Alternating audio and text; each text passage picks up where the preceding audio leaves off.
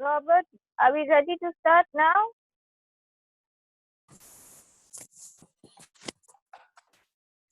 Yes, we are.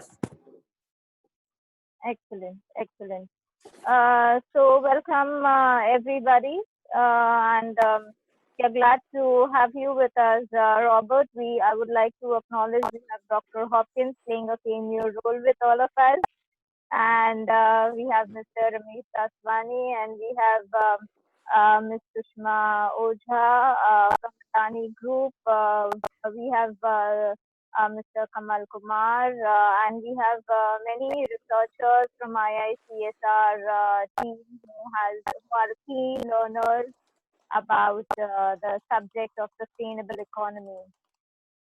So allow me to introduce IICSR first. We are education, research and training institute dedicated to sustainability and CSR. We are among the first ones to introduce 2 years full-time MBA in CSR. We have an upcoming course on introduction to CSR and sustainability designed for CSR executives and GEO students, which is beginning from 20th June. I would like to thank our media partners, SDG Chopal, which is a national initiative along with NITI Aayog until 2030. NITI Aayog is the Planning Commission of India. It has a mission to reach all 700 plus districts and 6 lakh plus villages, enabling localizations of SDGs. This is a 10-year initiative focused on community engagement along with other stakeholders covering 17 SDGs. And IICSR works around on all the SDGs as its partner. I'd like to thank Dainik Bhaskar. Dainik Bhaskar is the largest Hindi circulating media in India. So after this session, the things will be translated to Hindi and it will be published all over. It is our outreach partner and it is also dedicated to the development sector and SDGs. I'd like to thank company CSR, our online media partners, and IGDA Foundation, our NGO partner. So welcome, Robert. How are you doing today? Well, I'm okay. I'm almost awake. It was a long day yesterday, but I'm fine. Thank you very much for this kind invitation, and greetings to all of your listeners in India, one of our favorite countries. And hi, Michael.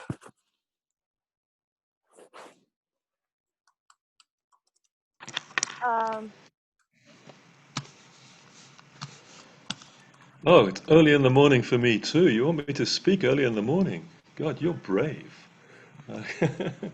Hi, Robert. I follow your travels around the world and the superb work you're doing on investment. I'm fascinated to know where you are today and to address some of the concerns that Harsha raised. It seems that the socially responsible investment, or whatever we call it, or you call it these days, is incredible. It's almost taken over the whole world of investing. So I'm very interested to know your perspective on that and how it's evolving, and how much the current crisis is leading to increased investment in it. It certainly, in terms of the subject of CSR, or again, or whatever you call it, corporate social responsibility is what I call it, is that there's a huge interest these days in responsibility, however defined, right across the world. And as you know, Robert, we set up an Institute of Responsible Leadership last year, and it was quite timely by accident, because certainly responsible leadership is absolutely crucial these days. And I've been doing some analysis of that, which I'll publish later today. I won't take any more wind out of your sails. I know that's usually impossible anyway. But lovely to see you, and lovely to see you so well. And also, it's very nice to be in India again, and I recognize some of my friends there. Hello, everybody. Hi again, Harsha. Lovely to see you as always. And I've attended several of these conferences, and they're really really good. By the way, the last one was done by Wayne Visser on his perspective on corporate responsibility, and it was really very good. It was very wide ranging, and in fact, he and I have agreed to have a dialogue on that in public next week, Wednesday, in one of our CSR meetups. So now I've taken 15 minutes of your time, Robert, as always. I'll now shut up. Over to you. Thanks very much and greetings. Yeah. Thank you, Michael, for being with us.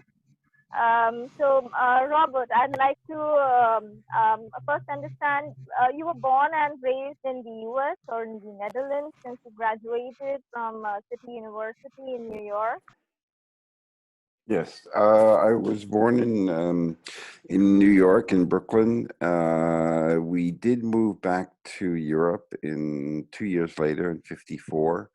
We lived there in Paris for about a year, but then we came back to the United States. So I was born and raised mainly in New York City, and then left in 1974 just to go. Actually, the original plan was just to travel to Burma at the time, but Myanmar now.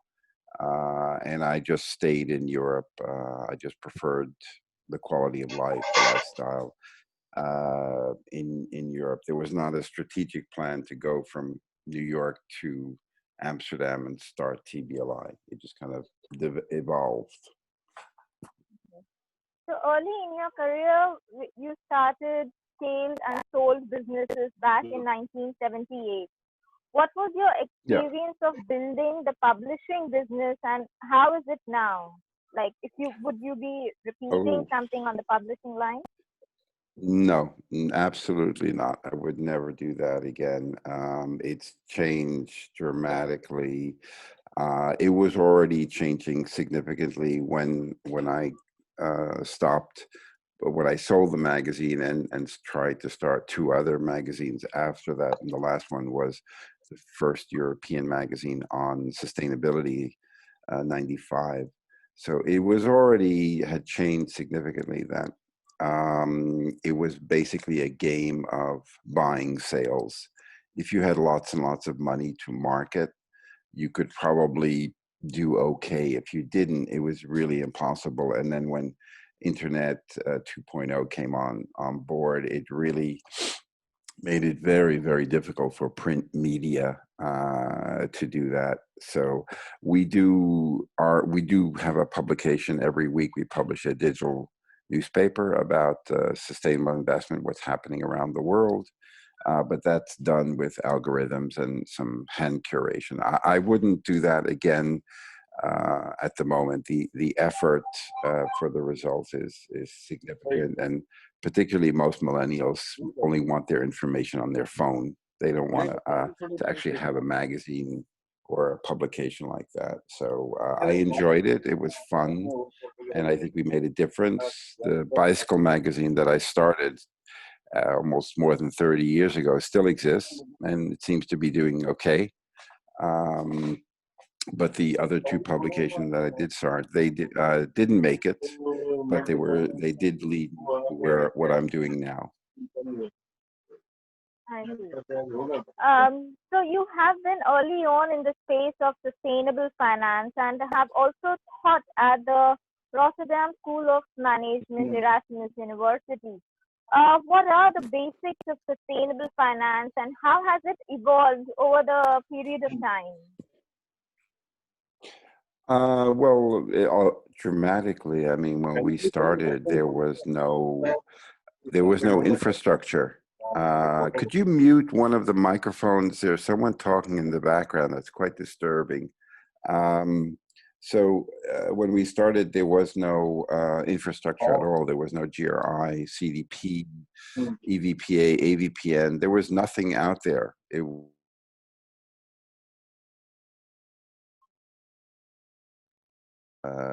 Building up this ecosystem, and I remember When I spoke once to everybody thinks that the Dutch were so embracing of sustainable investment. It's not true.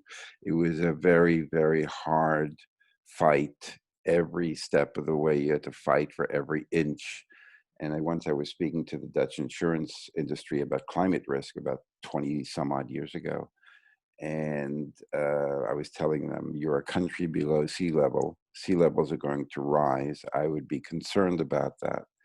And they said to me, well, it's not a problem for us if sea level rises. We don't cover saltwater damage.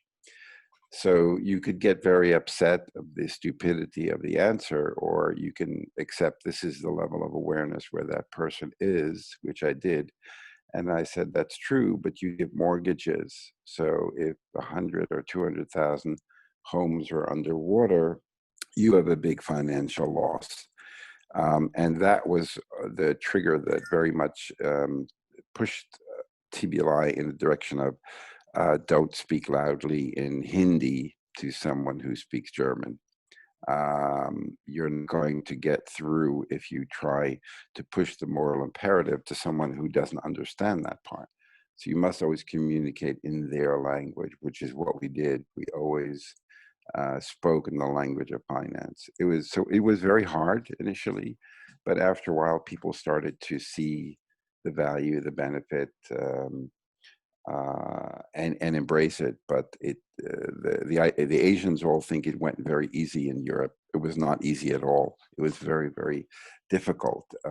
And now, that we're the flavor of the month.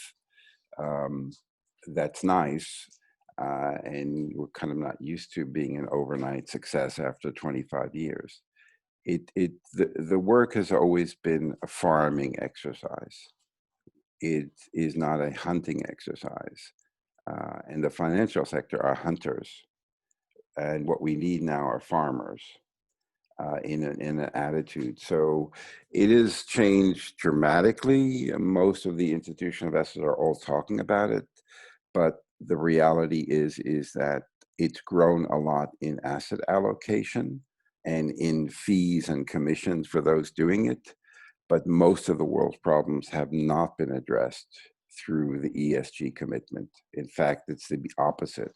Things have only gotten worse because people have this false sense that ESG is coming to save us. It's not.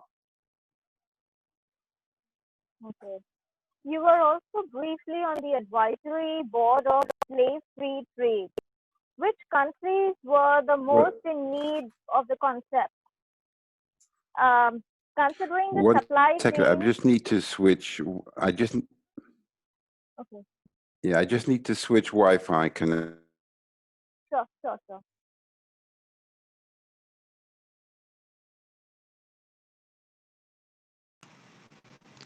Let me butt in while Robert is talking. Can you hear me okay?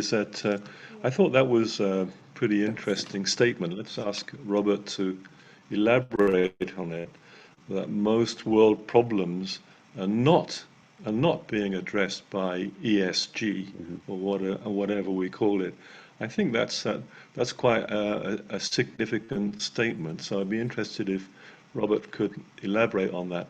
And Robert, since we're friends going back such a long time, could I suggest you take your hand away from Oh, your okay. No, mouth? because my Sir, tooth broke off, so I look like a drunken sailor when I smile. I think you look great, mate. You never look like that. Um, Sorry to interrupt anyway. No, Thanks. not at all. Not at all. To address what you were saying is that if we look at the claims, there are claims that there's 35 or 40 trillion dollars in ESG assets. So if that's true, why are the problems that we face so daunting? Climate change, food security, water shortages, obesity, diabetes, healthcare, education. I mean, the list goes on. So if all of this money is going into things that make the planetary condition better, and the social condition better, why is it not getting better? And my theory or my thinking is, one, maybe the money's not really there, or maybe the definition of what is ESG is flawed, or maybe we have to double down and really increase or have a different strategy. The methodology of ESG was always flawed because it was about what companies report, not what they do. So if you look at companies like PepsiCo, just take a look at PepsiCo. Major cause of diabetes, particularly in the United States, because of subsidized sugar water. We look at Shell and BP, which score very high in the Dow Jones Sustainability Index, the same as PepsiCo. How is it possible that they score high in the Dow Jones Sustainability Index when their core activity is CO2 emissions? How is it possible that Unilever, which is seen as a sustainability champion, what are their core business? Processed food and toxic cosmetics or chemical cosmetics. So that's mainly because these companies report well, and they do see that sustainability can provide value.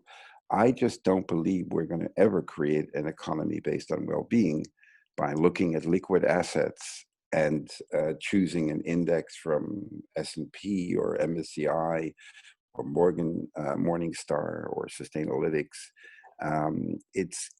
ESG is just going slower in the wrong direction. So it looks like we're doing really cool. And what has really grown? Assets under management, according to the definition of ESG, and lots of new fees for the financial analysts and the investment managers.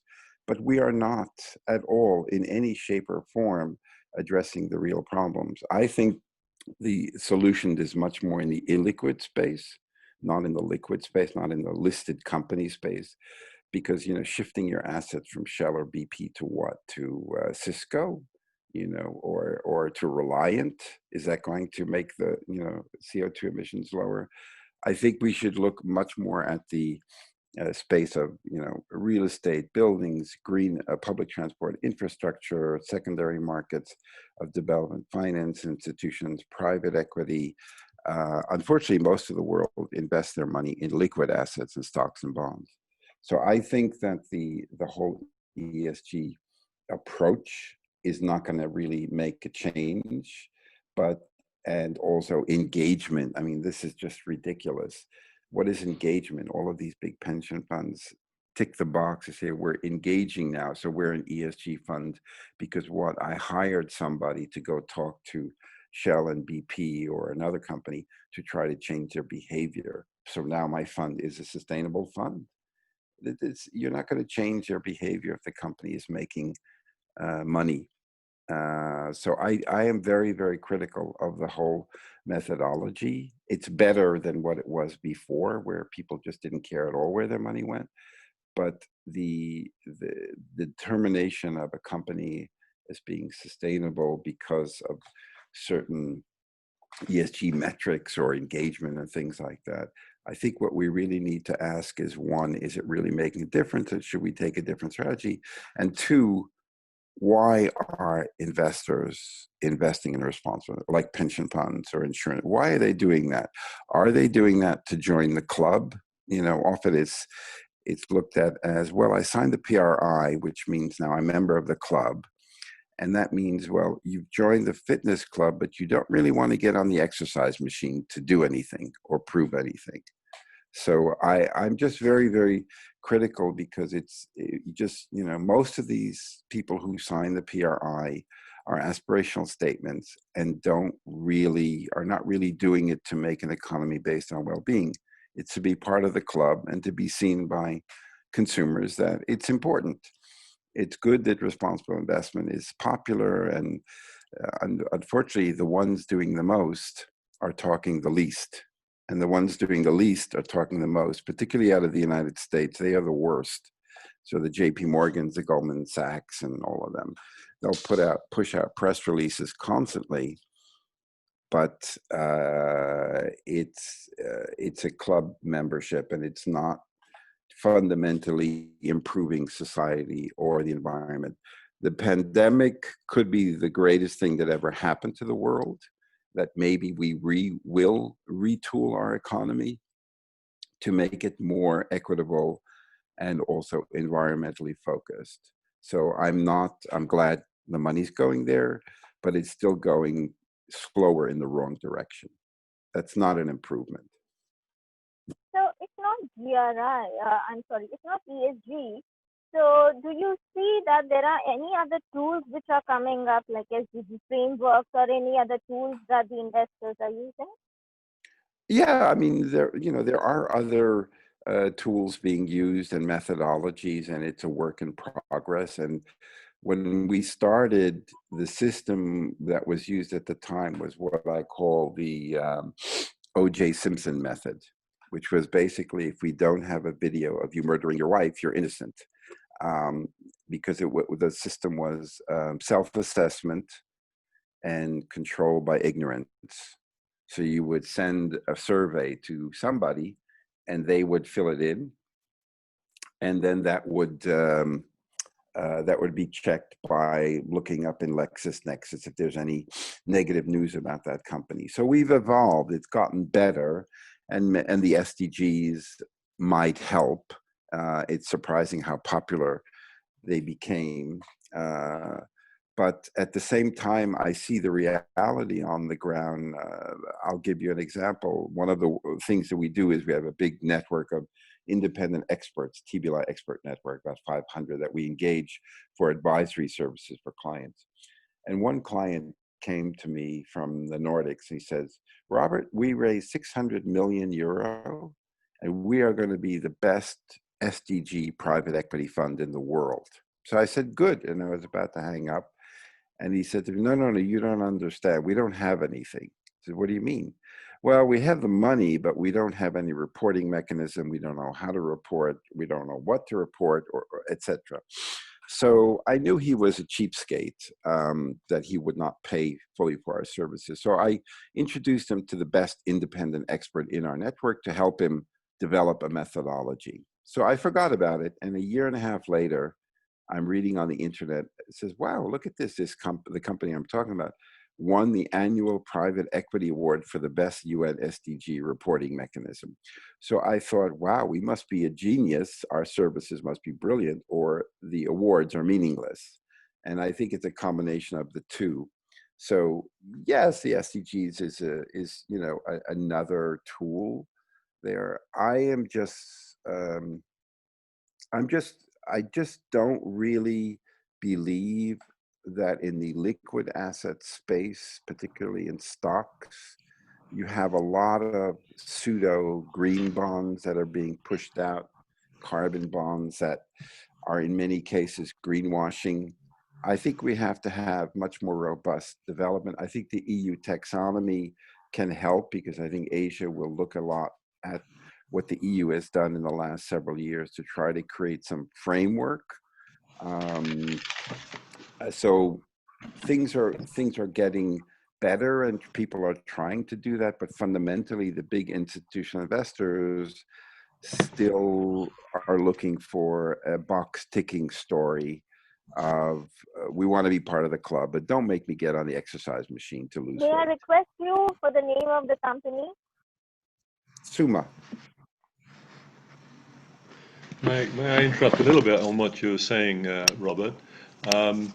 I think you're saying that the glass is half empty rather than the way I see it, Yeah. being half full. Mhm. I've not known you as a negative person. I thought that what you were saying was, Behind every cynic, there's an idealist. oh dear, then I can't be a cynic. Because my feeling, and people ask me all the time about corporate social responsibility and is it improving around the world or not? And of course, it's almost an impossible question to answer.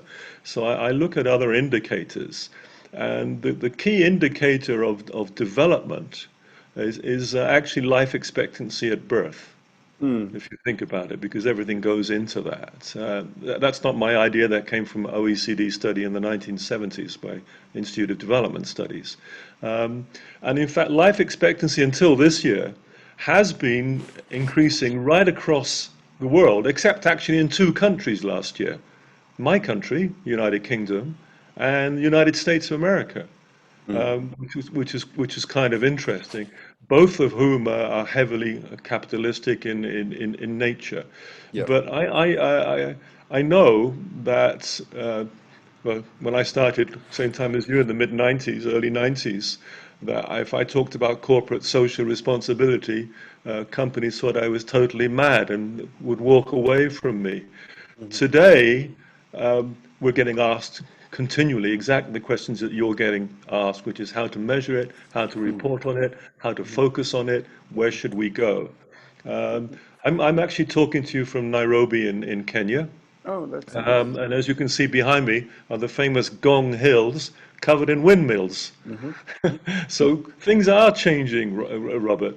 And the other thing in Kenya, what I did uh, 2 years ago, I decided to put my money where my mouth was and invest in socially responsible companies. Hmm. So I took all the companies in the Kenya Stock Exchange and Ah, I ranked them according to my CSR rating, which you can find on my on any mobile phone.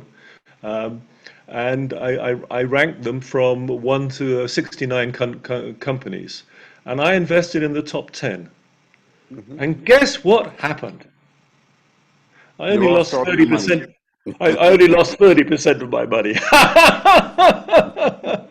Whereas the stock exchange on average lost 40% of its Yeah, yeah. money.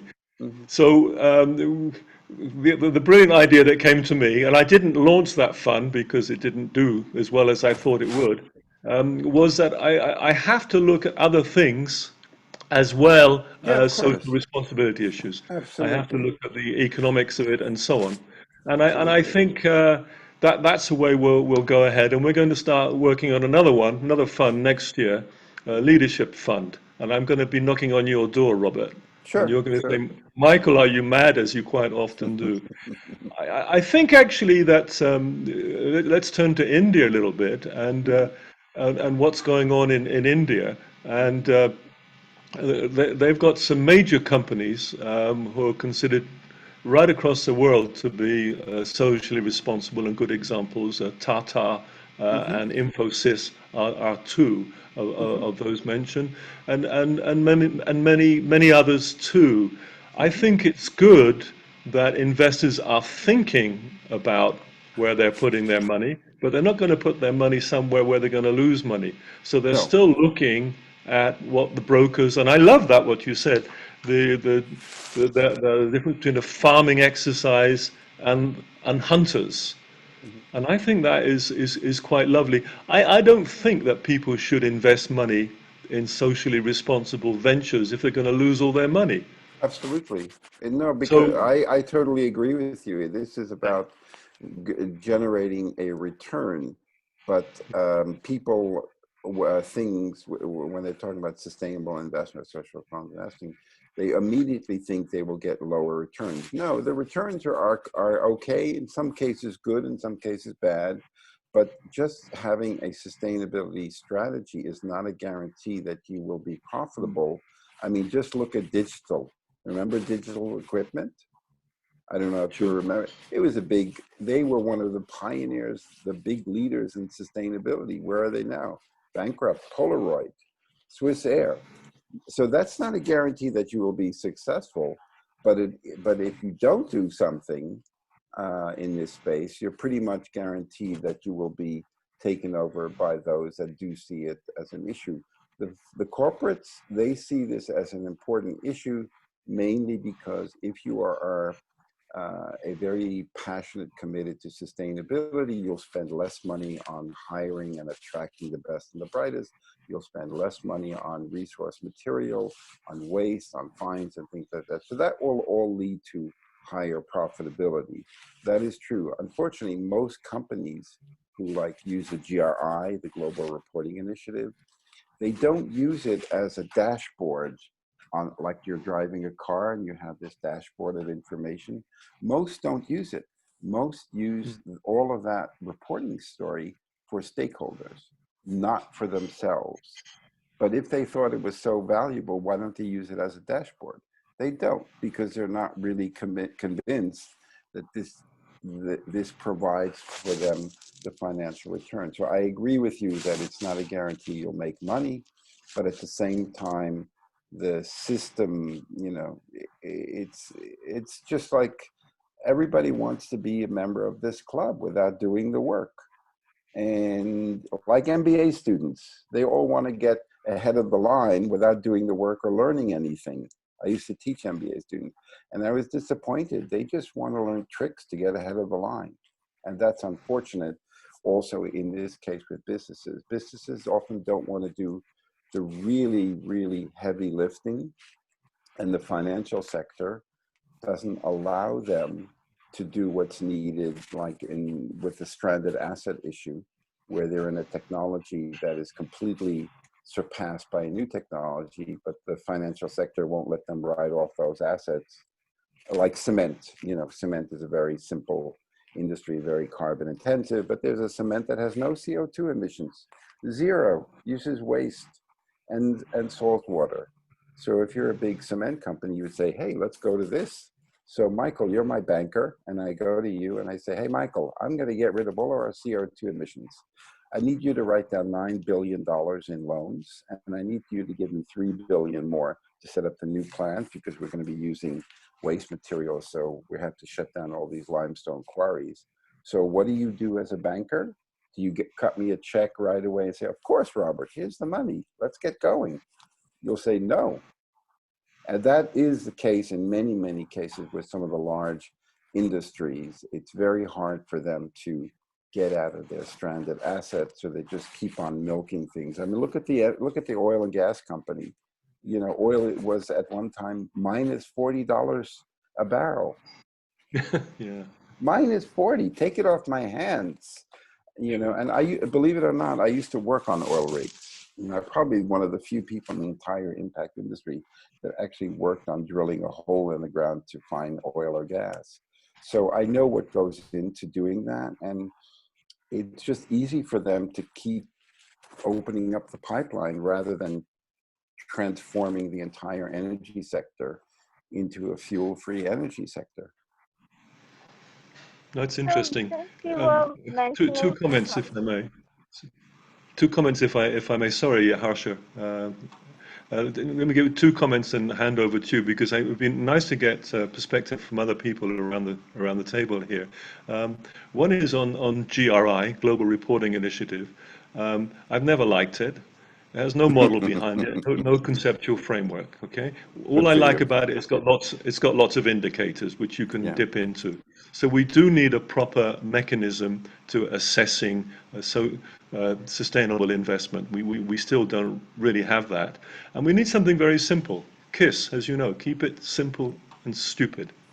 And now I forgot what the second one was, second idea was. So I'll hand over to Harsha, um, so, and that idea will come back to me. Harsha. okay. So since you were mentioning, you've been also leading ASN Foundation earlier, Well, I which was on the makes, board. I wouldn't say yeah. leading. There were only 3 people on the board, so I was one of the 3. So it makes grant donations for sustainable economic development.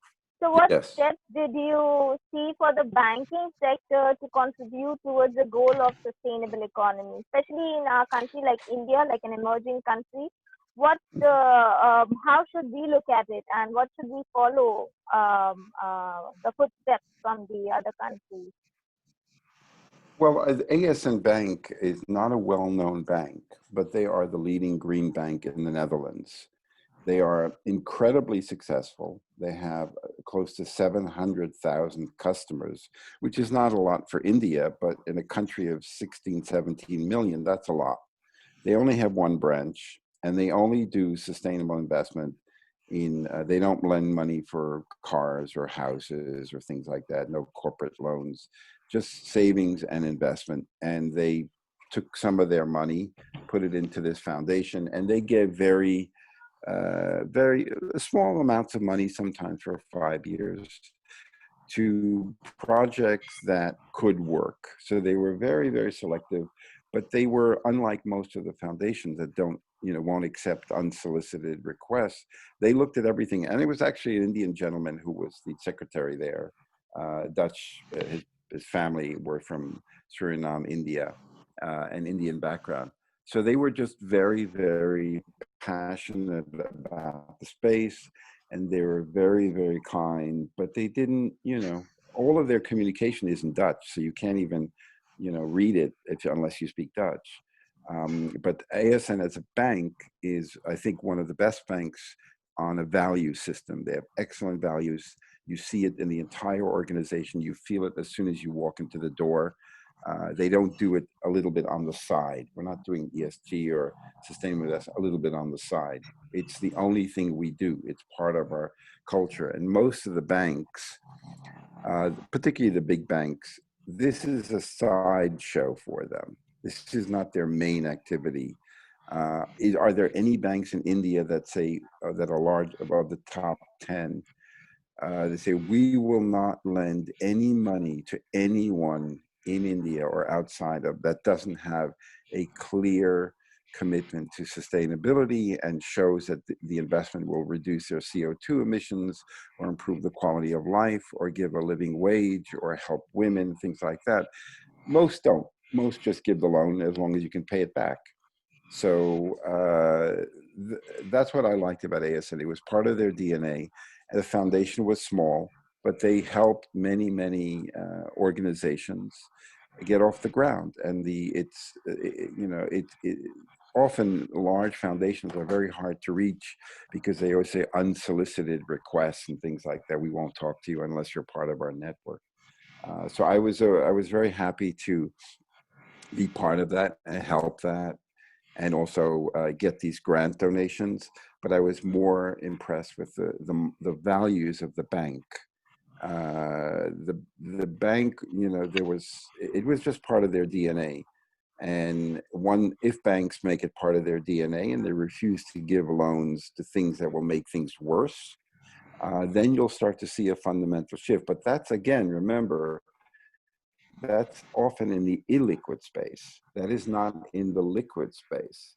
So that's giving loans or private equity or venture capital to non-listed companies. And the world, everybody in the world, the average person on the street thinks that all of the companies in the world are on the stock market. There are very few companies on the stock market. And the value of the primary market, the IPO listing, is very small compared to the global economy. Most companies get their money from debt, friends and family, private equity, grants, and many other ways, not from IPOs. So we have to kind of move away. And also, if you look at the stock market in the US, it doesn't seem to be reflecting at all of how dire the financial situation is there. The market's doing well, but the average person on the street is not. So at TBLI Group Holdings, what kind of portfolio of companies do you all support? Do you all also support startups or only the established companies who are green?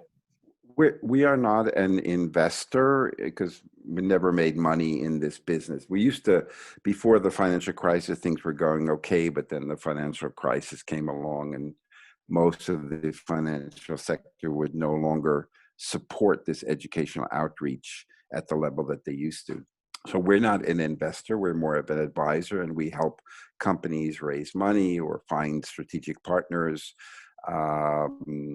So we don't, we stay away from managing portfolios, because if I said to you, oh, Michael, you should do sustainable investment, by the way, give me the money to manage it for you, Michael would think right away, who is this guy? So he's trying to convince me to give him money. So we don't do that. We stay away from that because then you become conflicted. And I like being called the George Carlin of the impact investing space. I don't know if the Indian community that's watching this knows who George Carlin is, but he always spoke the radical truth about society. So it's important to tell people that, I'm sorry, your children are ugly, but it's, it is as it is. We have to confront the financial sector with reality. So how how do you think that the company should be nurtured in order to develop a sustainable economy, be it established companies or be it startups? Since you've already ruled out ESG and many other such tools which are existing, what kind of criteria or metrics do you think that corporates should follow in order to ensure sustainable economy apart from the government and the civil society? What are the steps that the companies should take up? First of all, depending on the size of the company, I mean, if it's a one-person individual, one-person company or two, that's a different situation than Reliant, or Tata. So if it's small or large or medium, it's most important is you have to get senior management to fully embrace and back that. If they don't, you will never get anywhere. You'll be given the corner office without a window. Usually it's given to a woman. And if there's any success, then the men take it away from them and then they cut the ribbon. So it's important that you have to get the senior management to fully back this and to look at it as a farming exercise, long-term, strategic. It has to be integrated in the core activity. It's not an exercise where we go help the community on the weekend, paint a neighborhood youth center, when our core activity is environmental destruction during the week. It's like the mafia. On Sunday they go to church, but the rest of the week they're causing massive damage. So getting buy-in is the most important thing. And that can be quite challenging, particularly for large organizations. I remember, I always tell MBA students who say, we want to change the way business is done. So I would say, great, that's a good idea. And they would all think we're going to join this company and we're going to change it from within. That is the worst strategy you can possibly think of. It will never work. It's like scratching at a safe with a plastic spoon. Maybe you'll get in decades, but at that time you've given up. So the better strategy is where you have leverage and power is interview the recruiter. So when the recruiter comes to see you and they see you and you're from a ranked MBA, so Harsha, we really want you to come work for us. You have all the talent. And if you turn it around and says, well, I really want to know what are the values of your company, and if those values don't align with you, and you say to them, I'm not really impressed with having a red BMW as an extra. I want to work for a company I feel proud of. And if you do that a few times and others do that, those recruiters go back to the board and say, hey, the students that we want don't want to work for us because we don't stand for anything. That has much more influence than anything you could do internally. Unfortunately, almost all the MBA students that I ever taught were afraid of their student loan, so they just took crappy jobs at strategic consultant company like McKinsey and A.T. Kearney and PwC because they were afraid they couldn't repay their loan. So I always say, don't worry about the loans. You'll get them paid. Follow your heart. Work for a company. There you can have great influence. And I tell every single student, don't work for a company and thinking you're going to change it from inside. If it's a big company, you're never going to get anywhere. But refusing to work there, then you have leverage, then you have influence, then you have power. Because there are lots and lots of companies that do align with your values. And that creates a massive movement to change companies. Then add that to societal expectations, maybe some policy changes, maybe products will start to reflect what their true costs are, maybe investors will start asking more difficult questions. All of those things collectively create a fundamental shift in companies. I mean, how many times have we heard in the last decade from governments, we don't have any money to do this, we don't have any money to do that. All of a sudden, with the pandemic, everybody has lots of money. Everybody's borrowing trillions and trillions of dollars, but they couldn't do it before. So Governments and individuals and companies can change very quickly when they want to, but you need to increase the pain that they're feeling by going in the direction that they're following. And if that pain is large enough, they'll change. If it's not, they'll just say, that's a good point, Harsha. Let's think about that. Let's study that. Let's get back to you next year. Let's create a beekeeping course elective within the MBA to talk about sustainability, rather than saying, no, let's make it fundamentally part of all education. In the past, On MBAs, if I may interrupt, is that I've always thought doing an MBA was a waste of time. I mean, what do you actually get? You get taught. The reason people go to MBAs is to network. And why is Harvard Business School so famous? It's the greatest place to Yes, network exactly. under the sun. And what That's are you true. getting taught? I much prefer what you just said, actually, to teach something Yeah, concrete. For example, information technology. How do you get around that? How do you use that better? How do you communicate better, and so on? Actually, concrete things that are taught in other courses, in statistical courses, or but not management courses. How do you teach how to manage people? I mean, the best thing in management is the responsible treatment of your employees. And what do you mean by that? And I always quote the golden rule, which is do unto others as you wish to be treated yourself. And to me, that's the only thing that, if you can learn that in an MBA, okay, then I'd be in favor of them. But generally, I'm not so in favor of MBAs, and I would advise anybody to actually learn something and learn a specific skill as well as some general things as well. That's one comment. The second thing, the question that I forgot earlier was oil and gas. Um, Essentially, it's finished. yeah, true. So, why are we worrying about it? That if you start investing in oil refineries or garages and the rest of it, unless you're doing um, garages which supply electricity to cars, forget it. That Yeah, electricity is going to come from solar energy, from wind energies, and so on. true. Next door to Kenya is a country called Somalia, where my wife is from, um, and they're furiously trying to discover oil to be exploited by Yeah, to be exploited by the Chinese, the yeah. UAE, and the Russians, and so on. And oil is a curse. It concentrates wealth in the hands of a very, very few. True. Much better if they covered the country with solar panels. Not only would they be incredibly rich, they could feed power to the whole of Africa. Hmm. Why don't they do that? And solar panels, of course, you can put it in your back garden. And so smallholders can own them. And that's going to be the revolution of the future. So right now, forget the big oil companies. In fact, the big oil companies, as you know, Robert, are actually declining and being Yes, taken over by the national oil companies. And since yes. nobody invests in the national oil companies except your local dictator who gets rich via them, they'll continue for a bit longer. But I Mm. think the future looks pretty bleak for oil and gas, and it should be.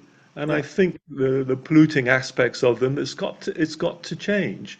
I mean, around here and also in most big cities of the world, people are dying because of pollution, much more. Well, this year's a bit different, I think, because of the COVID. But in this country, they've only recorded 100 deaths up to now. There's probably that many on the roads every day and from yeah. pollution. So Mm. what are we focusing on? Yes, we should focus on the pandemic, but also many other things as well. Anyway, I'm getting into a lecture. So, Hmm. Harsha, you're very sweet, not shutting me up. Back to you, Robert. Okay. No, you're Okay. very right about those things, Harsha. Go ahead. So, what role can each stakeholder play in order to develop and achieve sustainable economy, from corporates to NGOs to governments and all of us? What is that one role that you think that each one of us should work towards? Can you just repeat the question? I couldn't hear the half of that quite well. If you could repeat it, I appreciate it. What is that one role that each of us could play in order to achieve sustainable economy? Okay. Okay. Corporates, NGOs, social entrepreneurs, civic society, me and you and each one of us. Okay. One, vote. I know it's a strange thing to say to Indians because you do vote, but Americans don't vote, and others don't. Vote. Buy only from companies that align with your values. If you try to get that information about companies or companies that like lobby, like there's a whole list of companies that are massively supporting Trump's behavior and the Republican Party. Don't buy from them at all. So don't buy from companies that don't align with your values. Invest your money in line with your values. Don't work for companies that don't align for you. These are very simple things that you can do. Everybody thinks they need to be a billionaire to make a difference. Not at all. Not at all.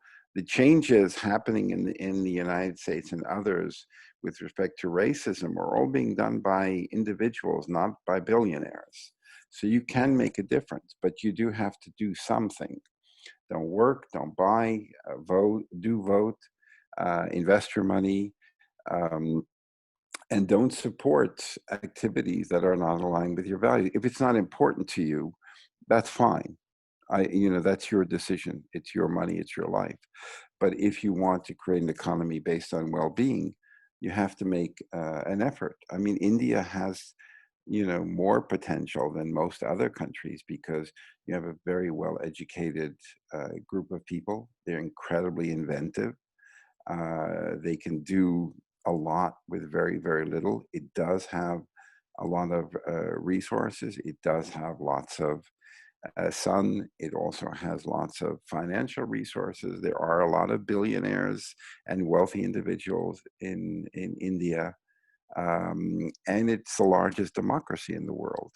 So it's in a very strong position and could be a major league. And it has shifted a lot from coal-fired power plants to fuel-free energy with massive solar projects. So people just have to make a decision. Do you want to profit, support, and facilitate environmental and social destruction? That's a simple question. If you want to do that, that's fine. I can't really help you, and that's your choice. Or do you want to profit, support, and facilitate environmental and social restoration? So that's a great thought. Buy or vote the companies that align with your values. Yeah. At this note, I would like everyone to come ahead and raise their questions. We have first one from Mr. Kamal Kumar. So post-COVID, how hospitality and tourism industry can make itself sustainable? What is the way forward? Mr. Kumar, would you like to come forward? You can open your camera.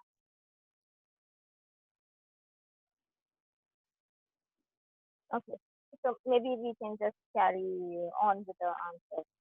So what do you think? How, because he leads also a hospitality institution, so how do you think post-COVID will it sail through, and how can we make it more? Hospitality is critical, absolutely critical.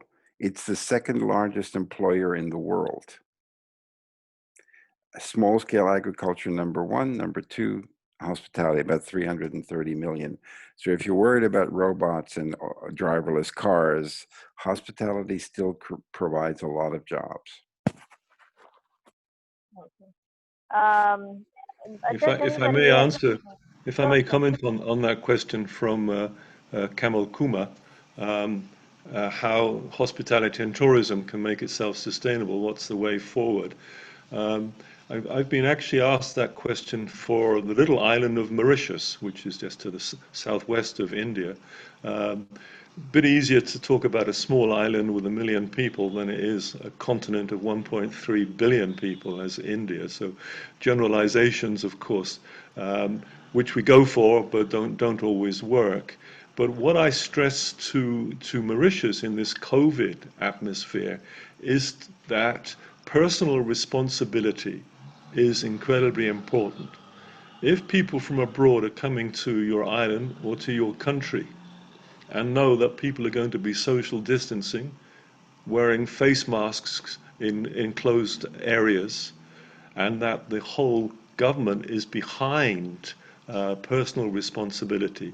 And then we also ask that the tourists be personally responsible for their behavior. And then we can get the tourism and hospitality industry going again, because tourists love to come to India, absolutely wonderful, wonderful country, but they're not going to come if they're going to go back with a serious illness. And of course, it could be other forms of illness. So personal responsibility, I think, is going to be the big future, at least for the next couple of years, of the tourism and hospitality industry. Your thoughts, Robert? Well, actually, my wife started the most successful vocational hotel school in Bhutan. And it was a huge success, created lots of jobs. And she always felt that hospitality tourism were cradles of development. So I'm a big fan of hospitality and small scale agriculture. The only problem is for the financial sector, investors, they like tech. They like 10x exits. And in many cases in small scale agriculture, and particularly hospitality, food and beverage, housekeeping, it's a massive job creator, but it's not sexy. And there's no really technology app. And I often have big arguments with these tech venture capitalists who are looking for 10x, but all of the technology they're doing is basically to eliminate jobs, not to create jobs, particularly with driverless cars, trucks, buses, taxis, things like that. So I'm with you. I'm a massive fan of the hospitality sector. Everybody's always surprised when they hear the statistics that in small scale agriculture, 1.1 billion people, and hospitality 330 million, I think the figure was last time I looked. So it dwarfs anything in tech, car manufacturing, steel manufacturing, in almost all, but it's not sexy. And I remember my wife struggling for a long time trying to get investors for that vocational hotel school. She spoke to people in Rajasthan of doing it there. Any place that has tourism potential and a large number of young people, you can do this. It's not very complex and it works very, very well. You don't need a lot of money. They're very simple solutions. And I remember her talking to the Tata Trust about trying to do that. So I think it's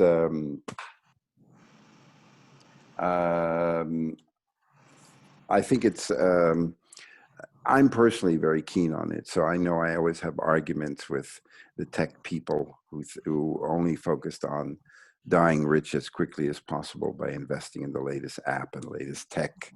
And they forget about, hey, there's a lot of people working in sectors that don't, I remember my wife always saying, what are these people talking all the time about tech? There's hardly any Wi-Fi connection in the area we're working in Bhutan. Well, I think the future, actually, you got into another subject which we don't want to probably spend too much time on, which is the future of work. Yeah. And we had a discussion day before yesterday here on that. And I always quote Bertrand Russell, the famous mathematician and philosopher, who wrote in 1935, and you can find his 2 or 3 page article if you just Google him, Bertrand Russell. It's called In Praise of Idleness. In Praise of Idleness. Why should we work so hard when we've got technology? So, to me, well, there's a difference between work and employment. Employment is what we all do. We love talking and we love writing, and that's wonderful. But work, drudgery, what's happening in informal sectors and so on, that's got to go. And we have the technology, probably even now, to get rid of most of that. So the issue is productivity and what do you do with the surplus? Mhm. This is where the idea of basic income comes in. But this is another story. Don't let me get into that. Thank you. We No, have I Mr. agree. Ramesh Daswani, who has a question over here. So would you like to switch on your camera and ask? This was a question to Robert and Michael both actually, as to which are the three top sectors or industries you think would attract investment in today's context, with special reference to India. Well, it's always the same six ones. It's, energy, transportation, healthcare, food security, food and water is kind of similar, and health, education, transportation, energy, food, water. Those are The top three. the top three. Probably health, education. No, I would say maybe food security, energy, and healthcare. Mainly because people are starting to realize, by having a bad bad healthcare system like in the United States, the cost to the economy of not being able to address pandemics like that. So you see a lot of money going to those spaces: agriculture, energy, and healthcare. But education, particularly in India, there's a lot of innovation happening in education, particularly low cost private education. I would say those three, as from Thank what you. I see from investors, actually. Thank you. We have a Michael, you agree question with him? from. Um, no, not too far away. Education, of course, is key. I actually did drop down three industries, and on the top of my head, but that if I was going to invest in India, and I am an investor, not a big one, but what would I look at? And I would look at three things. One is alternative energy. That's going to be huge in the future. Certainly IT. India is very, very good at that, and that's going to expand in the future. Um, and the third thing is media. I think to know what people are talking about, it's going to change completely in media. For myself, for example, I stopped writing academic papers probably 10 or 15 years ago because on average only three people read them. I write something today on uh, CSR and investment in India. I'll get 35,000 people looking at it almost Wow. immediately. Wow. Oh, that's a lot. Yeah. So it's the power of the social media. So I think those are the three areas that I would be looking at. But I'd be interested in what you think. What would you do? What three industries would you look at, Ramesh? Honestly speaking, to my mind, the need of the hour is education.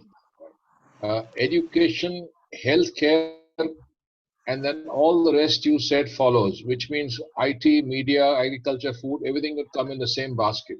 But Hmm. education and healthcare would be the prime requirement for the Indian context because of our demography, population, lack of infrastructure, etc. I think if we need to sustain our economy in the next 10 years, we need to build up our education system and the healthcare infrastructure. I would agree with you, but as a teacher myself, the rate of return of teaching is not very high. That's a problem. That's why I asked Robert. That's why I brought Robert in to understand as to what kind of investor return people would sectors be able to give. Education, I know, will not give you too much return. Hmm. No, but Yeah. there's a lot of investment in private schools and private education technology driven solutions. Right. I know several VCs that invest specifically in India Yeah. in private education. Even the Rise Fund, which is that fund started by Texas Pacific Group with $2 billion for impact investing. It's not really an impact investing fund, but they love to claim they are. Their first investment was 130 million in ed technology because of a company that Jeff Bezos invested in out of Right. Maryland. So with Harsha's permission, we'll connect offline, and we'll try and get some more information on the investor profile. Thank you. You're welcome. Sure. We have one question from Vaishnavi Shivashankar. How can any organization overcome short-term liquidity in this COVID situation, and how can they come up with appropriate measures? Her mic is not working, so she requested me to ask you. Let me see. I didn't hear well. I'm sorry to ask you to repeat it again. If you could repeat How the question. can any organization overcome short-term liquidity in this COVID situation, and how can they come up with appropriate measures? Oh, I see. Okay. Well, we're in the middle of that right now. I mean, a lot of our business was events, face-to-face events, things like that. So how do you do a business when you can't do events anymore? You can't travel, you can't organize, you can't get people together. So we had to reinvent ourselves again after many times and just create a digital format. So you have to, most important, keep your costs really low. Make sure that you have incredibly low overheads, and just try to be creative with solutions. This digital system, we are doing now a digital conference together, which most people wouldn't have done that a year ago or 2 years ago, as much as it is now. Now it's hundreds a day. And it provides a lot of solution. You don't have to travel. There's little CO2 emissions. You don't have to organize food and badges and program books. So the carbon footprint is very, very low. And we've been able to still, do activities to keep your costs low, be inventive. I know it sounds really easy to say, but not that easy to do when you're struggling to stay alive, and try to get support. Try not to borrow money to fill up a hole at the moment. Just try to keep your costs low and be creative. I mean, Indians are incredibly creative. There's no country in the world that as creative as the Indians. Maybe some parts of Africa that can do a lot with very little. So you just need to keep your costs low and rethink what you're doing. Whatever you're doing, you can do it better and more efficient. Thank you for the compliment. Is there any other question? We've already ran out of time. All right. So may I request for a message from Robert and Michael, both of you all, for all of us in India?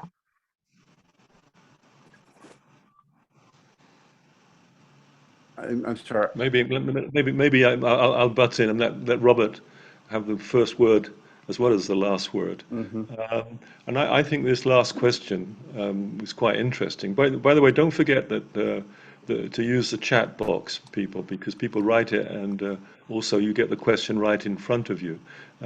In terms of short-term liquidity, I think right now this is not the time for the private sector. I think it's survival, and we don't know how long. The best thing is to try and retain your best staff as long as you can. Yeah. And the problem is, this is not a great time for banks to invest in anything. This is the time of the public sector. This is the time of the 30s. This is the time of John Maynard Keynes. And that's working in many, many countries. And you can print money these days. Inflation has been very, very low. You can print money. You remember John Maynard Keynes said that for most countries in a recession, we need helicopters to just throw money out of the window. Well, we have better ways of doing that. But right now, I think it's up to the public sector, and I think it's deficit spending. And since India's got its own currency, it can print money. Of course, the horror of inflation and the Third Reich, the issues there have to be carefully monitored. But it's important to keep companies alive especially those who were doing well before this disaster.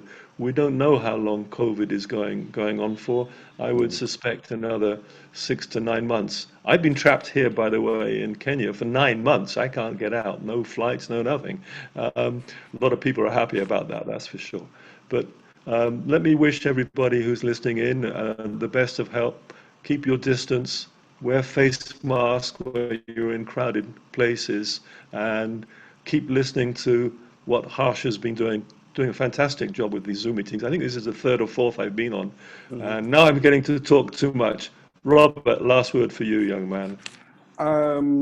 Well, I mean, it's very simple. You know, we're not asking anyone to climb Mount Everest barefoot. Everything that we're just asking you to do, if sustainability and values are important, you can do. It's not really that hard. You just have to decide, do you want to do this? Or is your goal in life to die rich as quickly as possible? There's lots and lots of opportunities. People are not powerless, whether you're an employee, an employer, an investor, a citizen, a voter. You know, do that in your daily life of aligning your values with the way that you behave, and then you will see society change. I am very optimistic long term. I'm a bit pessimistic short term. I'm not a pessimistic person. I'm just very realistic. And I don't think we gain anything by being politically correct or kind or to people that are saying nonsense and not really doing something. So call people out, ask the difficult questions, don't be afraid, and just follow your heart. Thank you. Mr. Chaudhary, you have something to say? All right. I just So, want to say yeah. one thing. Mr. Michael mentioned about the parameters of development, indicators of development, and he said expectancy. I will say quality of life. If the habitat of the country gets good health system, good education system, good nutrition food for the children, malnutrition is not there, the clean water is available to the people in the rural areas, the environment is clean, and Okay. this is the measure of the sustainable economy. Excellent. So I'll give you the email ID of Michael, and maybe you could have a private interaction with him. Yeah, yeah. So thank you so much, Robert, for being with us today. I highly My appreciate pleasure. it. Thank you for having me. Yeah, thank you, Michael, for joining us. As always, you were wonderful, and we look forward for more such interactions. And thank you, everybody, for joining in today. Thank you. You're welcome. Stay well. Namaste. Thank you once again. Thank you. Namaste. Bye-bye. Namaste. Bye. Bye.